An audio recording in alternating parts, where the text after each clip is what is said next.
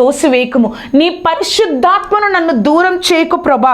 నీ రక్షణ ఆనందము నాకు మరలా పుట్టించయ్యా.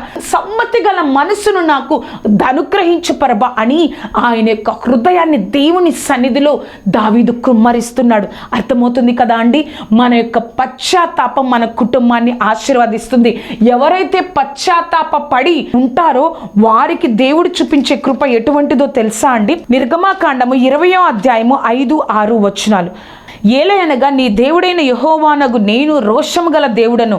నన్ను ద్వేషించు వారి విషయంలో 3-4 తరముల వరకు తండ్రుల దోషమును కుమారుల మీదకి రప్పించును.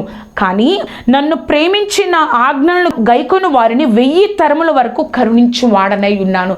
ఎవరైతే నన్ను ద్వేషిస్తారో ఆ యొక్క తండ్రుల పాపము 3-4 తరాల వరకు ఉంటుంది. కానీ ఎవరైతే నా ఆజ్ఞలను ప్రేమిస్తారుంటారో వారిని నేను 1000 తరముల వరకు కరుణిస్తాను.